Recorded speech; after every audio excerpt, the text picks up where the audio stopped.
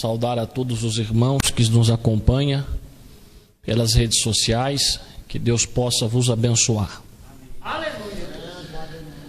Aproveitando que os irmãos estão sobre os pés, abra comigo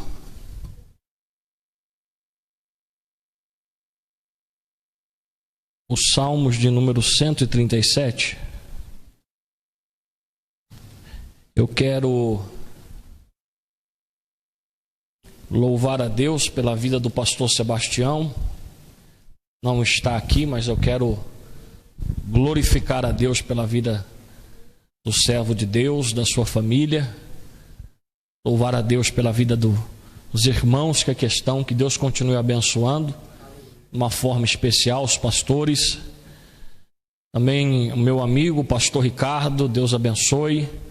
Deus continue abençoando. Foi o canal para nós estarmos aqui.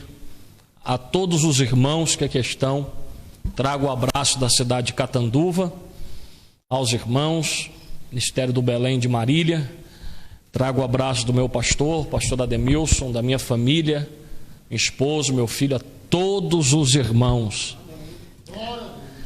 Quem encontrou o Salmo de número 137, me dá um sinal dizendo amém. Amém. Diz assim: juntos aos rios da Babilônia nos assentamos e choramos, lembrando-nos de Sião. O verso 2: nos salgueiros que há no meio dela, penduramos as nossas harpas. Pode tomar o teu assento, glorificando, engrandecendo o nome do Senhor.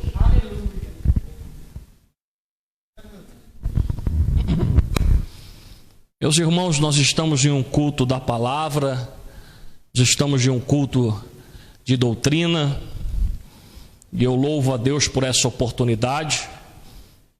E eu quero ser bem sucinto naquilo que Deus tem colocado ao meu coração, mas eu preciso de alguns minutos da sua preciosa atenção para nós entendermos aquilo que o Espírito Santo de Deus tem a falar conosco.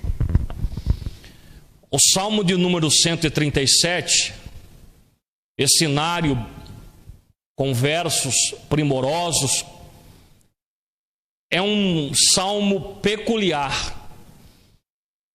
Ô Bruno, por que é peculiar? Porque é um salmo escrito em época de adversidade. Esse salmo vai ser escrito, pastor Ricardo, no cativeiro babilônico. Já no primeiro e no segundo estrofe você já entende, porque eles estão junto aos rios da Babilônia, assentados, chorando, lembrando de Sião. Mas o verso 2 é um pouco mais complicado, porque a Bíblia diz que no salgueiro que havia no meio daquele lugar, eles estavam pendurando as suas harpas. 3 coisas, senhores pastores, aconteceram com o cativeiro babilônico. A primeira: os muros foram destruídos, ou seja, foi-se a proteção de Jerusalém. A segunda: o templo foi destruído, foi-se a adoração, o fogo que queimava se apagara.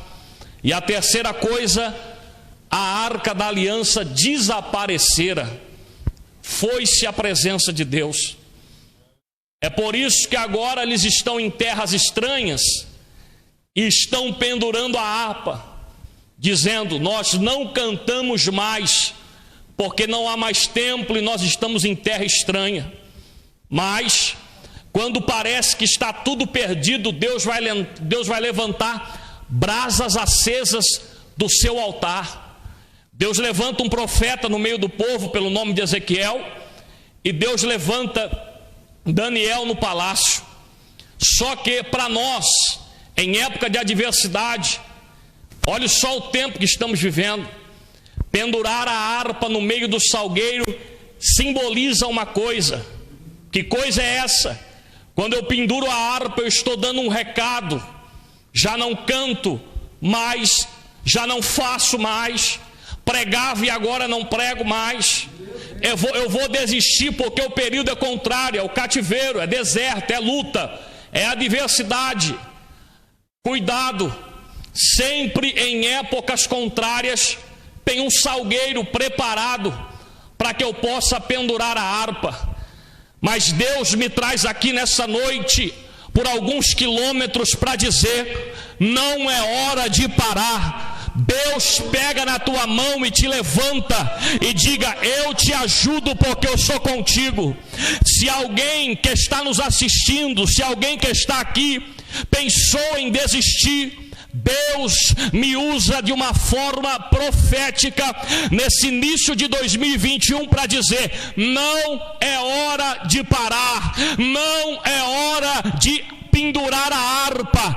Deus ainda está no controle. Você crê? Vou repetir: Deus está no controle. Deus não perdeu o controle. Pegue a harpa e continue, e o nome do Senhor há de ser glorificado. Você crê nesta palavra? Pendurar a harpa. Fazia, agora não faço. Os sacerdotes, os levitas, eles estão dizendo: nós não vamos cantar em terra estranha. Senhores obreiros, isso é perigoso. Pastor Ricardo, o fogo se apagou, agora eles não querem cantar mais. E quando o fogo se apaga, eu me acostumo com a Babilônia. É só você ler o livro de Ageu, um profeta após o exílio. Ageu vai ser levantado, sabe por quê? Porque Ciro vem aí, passa-se os 70 anos, e agora Ageu vai profetizar dizendo: vocês estão depositando todo o salário em um saco furado. Por quê? Porque é hora de voltar para reconstruir Jerusalém. Só que o fogo se apagou, passou-se 70 anos, e eu agora me acostumo com a Babilônia. Paz, meus irmãos, eles não queriam voltar. Aí Deus levanta Ageu dizendo: a glória do segundo templo será maior, a glória da segunda casa será maior. Sabe qual que é o perigo quando o fogo se apaga? Eu me acostumo com a Babilônia. Sabe o que simboliza a Babilônia? O mundo. Quando o fogo se apaga, eu me acostumo com a Babilônia. Mas Deus, em 2021, ainda está acendendo o pavio da igreja. Deus ainda está direcionando a igreja. Eu venho nessa noite, na autoridade de Deus, dizer que Deus ainda está no altar e Ele está no controle.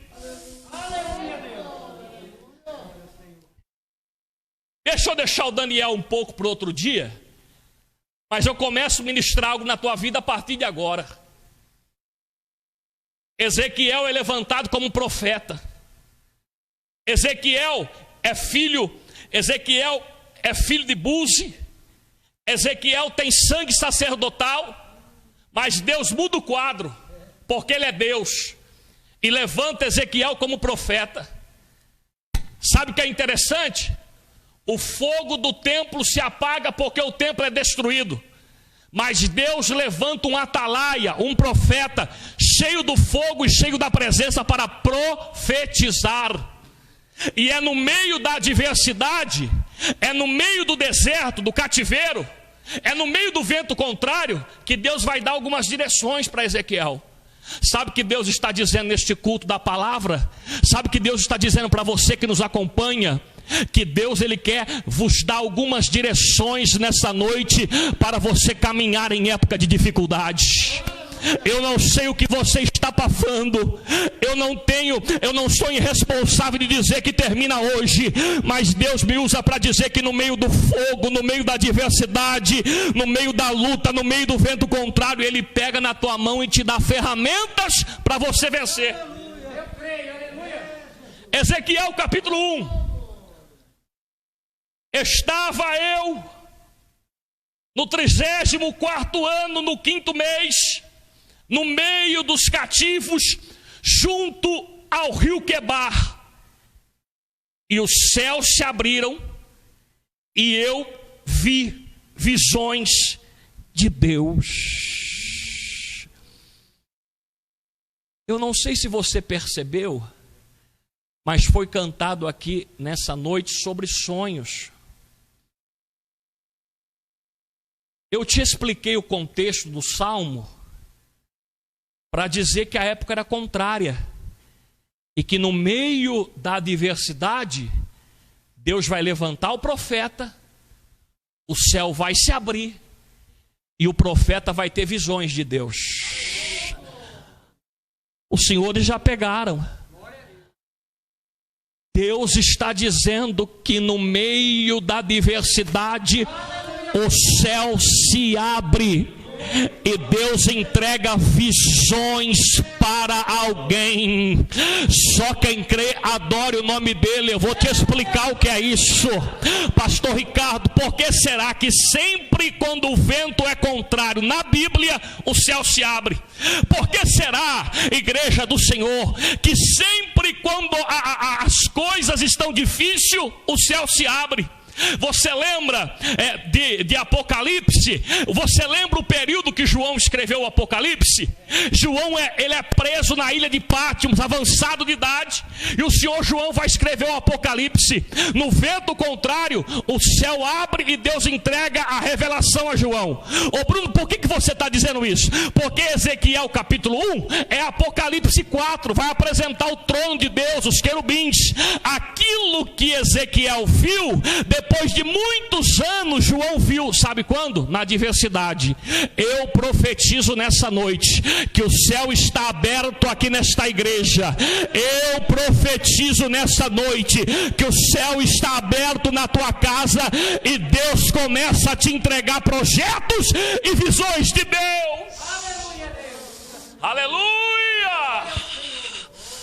É só para quem crê, é só para quem está na sintonia da palavra. Deus está dizendo: é no meio da crise que eu te entrego o projeto, é no meio da crise que eu renovo os teus sonhos, é no meio da crise que eu te entrego propósitos da minha presença.